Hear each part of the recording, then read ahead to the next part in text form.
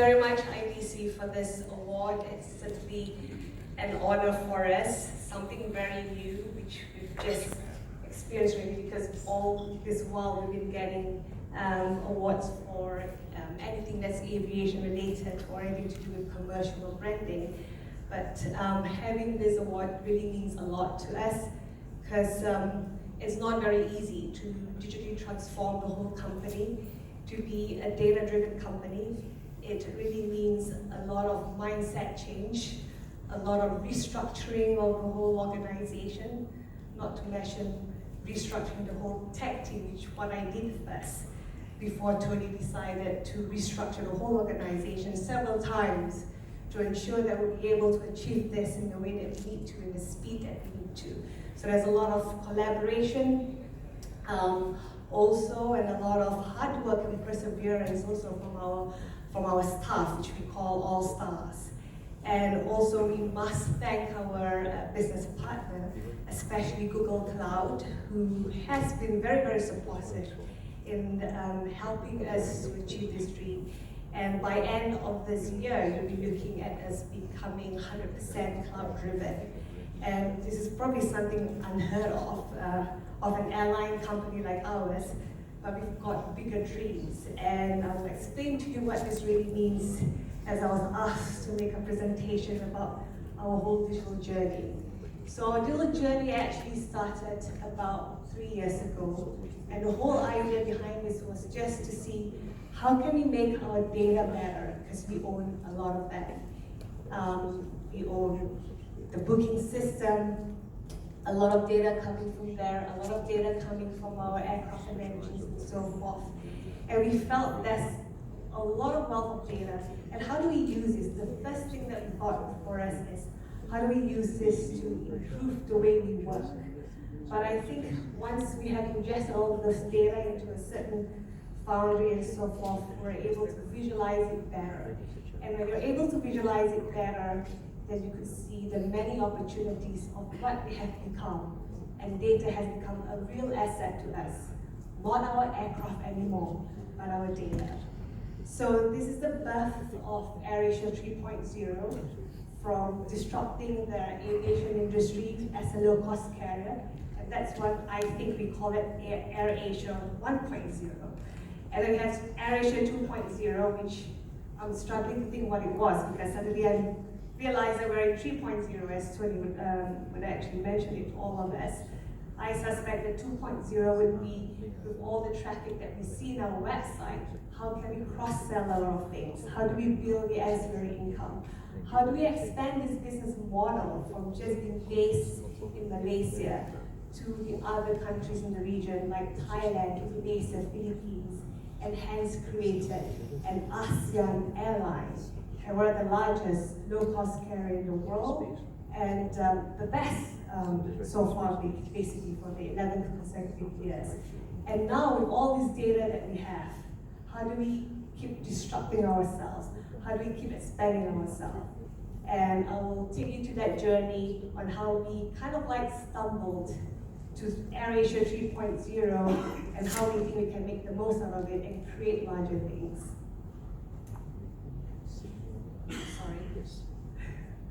So this is what we have created as an airline. Over 270 aircraft, and having base in Malaysia, Thailand, Indonesia, and Philippines.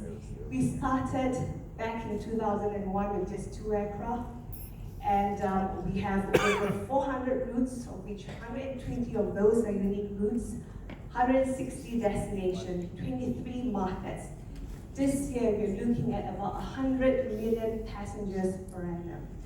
Our website is probably the largest traffic that you could see, about 60 million unique visitors per month. And we have actually grown into 24,000 All-Stars. And at lots of data, as I mentioned to you, about 6 petabytes of data analyzed monthly. So we have grown very far from just a 2 aircraft in 2001 until where we are today. In trying to see what we can do in embracing the digital economy and to see how we can become far bigger than just an airline. we have, like I mentioned, we have lots of data. So what do we do about it? This is something that we just explain to our own staff to see how they can do and what we can actually build. But really, it just comes to just 3 simple things on what we can do with those data that you see. As I mentioned, 80% of our bookings comes through our website and our mobile app, so we own a lot of the customers' data. A lot of data coming from our aircraft and our engine, about 24,000 sensors in that aircraft itself. So we have lots of data in terms of understanding our customer and how they actually search and what do they do, what do they transact, what do they actually do also when they travel across to the destinations that they go to. In terms of the aircraft as well, the aircraft movements, in the apron, the travelers' movement also in the terminal also actually give us a lot of information on what we can do with it. So we actually split it into 3 main buckets. Firstly, with the data, how can we improve our revenue? How we can optimize it, make it more personalized and more targeted. So we are actually able to provide the right kind of services and products to our own customer or passengers and so forth. How do we create new markets from it as well? Thirdly, how do we use data in terms of optimizing our operations, in terms of reducing the costs further, basically? How do we be able to scale up and at the same time scaling up and reducing that cost? And there's a lot that can be done here. I would say improving the operations is probably the most complex of it all, than trying to get better revenue and increasing the conversion rate and so forth, because it's a complex problem here. There's a lot of dependencies. The aircraft turnaround itself, at least there's 10 stakeholders involved in this basically. And this is where we look at how can we reduce the fuel consumption by another 2% or another 1%. Even half a percentage point of reducing the fuel consumption can actually save us hundreds of millions of US dollars in terms of fuel savings and so forth.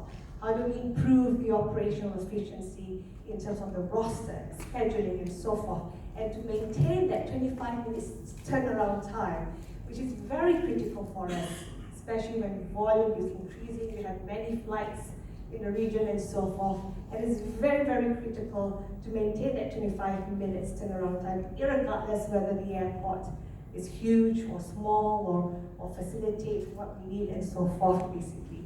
And thirdly, how do we use this to improve the Net Promoter Score, not only just for our consumers, but also for our own staff as well?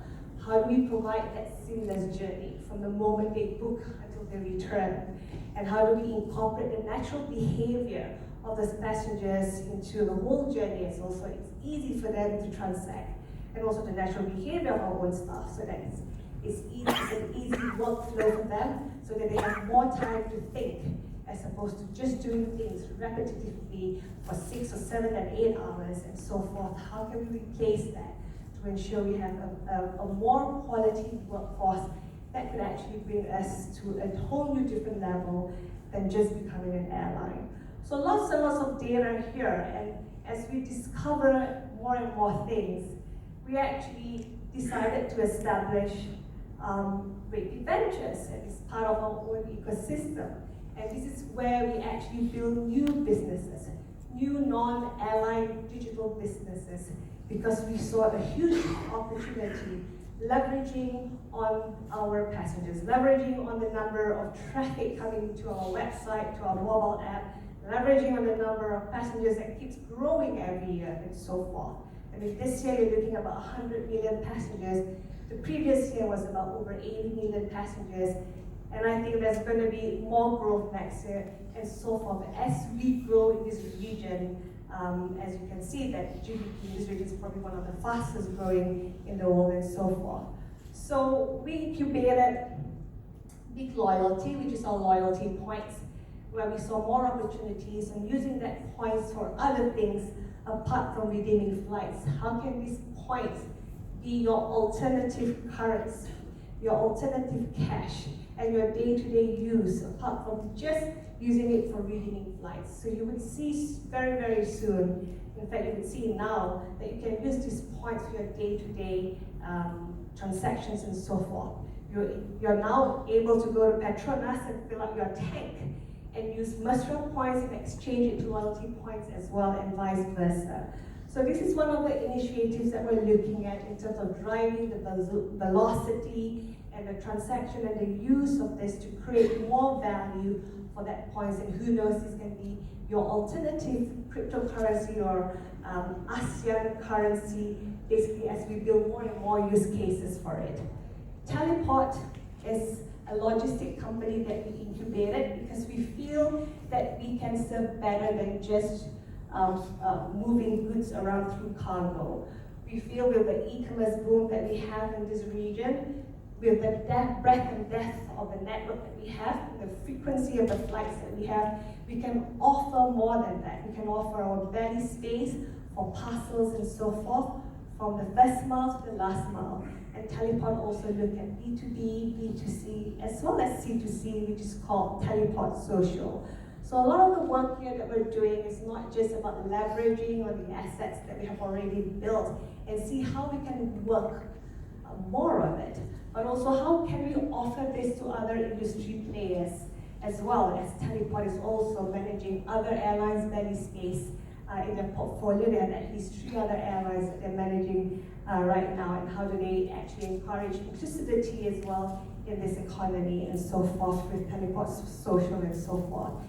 Big Pay is our digital bank, and this is where we notice how our travelers actually travel, because every time they go to a different country, they have to exchange different currencies, and they're usually ripped off by the banks with huge exchange rate margin. And we thought that maybe this is something that we can actually offer to have a more pleasant journey for them.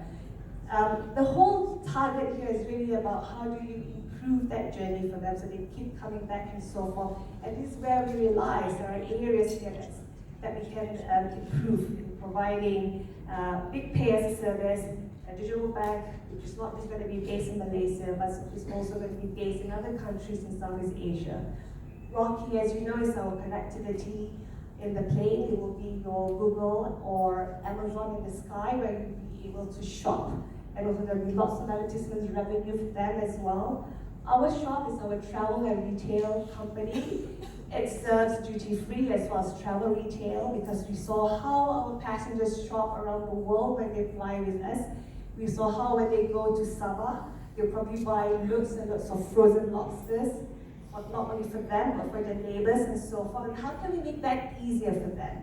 And this is what we have created in terms of through our connection, through the vendors and merchants that we know, we provide all these goods and be able to basically deliver to them at their hotel, at their homes, and even at the airport that they're going to land soon. Now, the biggest disruption of all is AirAsia.com. And I know this is probably something that you've already heard of, what is it, a disruption? We always go to AirAsia.com to buy our flights anyway.